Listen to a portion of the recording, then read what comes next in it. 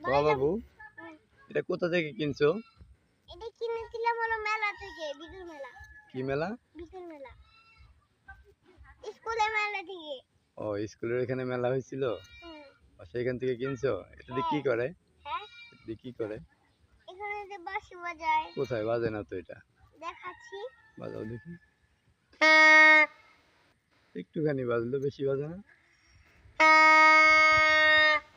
বাহ, দারুণ তো।